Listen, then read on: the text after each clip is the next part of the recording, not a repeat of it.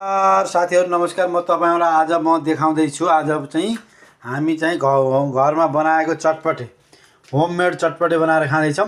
तपाईं देख्न सक्नुहुन्छ। हेर्नुस्, हामीसित थोरै भुजा छ, हामीसित चाउचाउ छ, नेपाली चाउचाउ, यो नेपाली पाठक दालमोड छ, हामी थोरै कागती छ, हामीसित त्यसपछि चना भिजाएको मटर छ, चाट मसला छ, त्यसपछि हामीसित यो छोप छ, चटनीलाई भन्छ तिल, यो छ टिमुरको छोप छ, हामीसित यो काटेको प्याज छ, काँक्रो छ, हामीसित थोरै यता धनिया छ, यहाँ हरिया खुर्सानी छ। ल है तपाईँ साथी देख्नुहुन्छ। अब हामी कसरी मोल्छौँ भन्ने तपाईँलाई बनाएर देखाउँछु। ल है, ल हामी अब चाहिँ हाल्दैछौँ। पहिला दालमा हालिदियो थोरै, अब त्यसपछि हामी भुजा हाल्छौँ, त्यसपछि हामी अब चना मटर हालिदियो थोरै मात्रामा।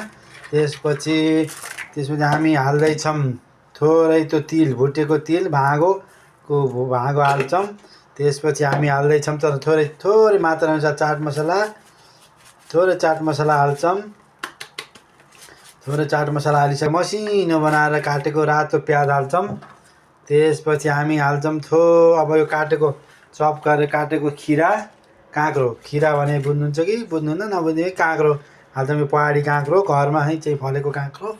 त्यसपछि टमाटर काटेर हाल्छौँ थोरै टमाटर। त्यसपछि हामी बोइल गरेको आलु पनि हाल्छौँ काटेर।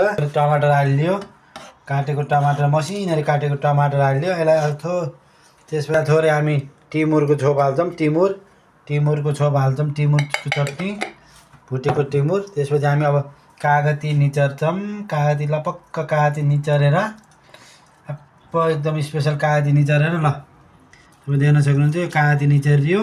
कागती निचरिसकेपछि अब हामी चम्चाले राम्रोसँग मोल्छौँ।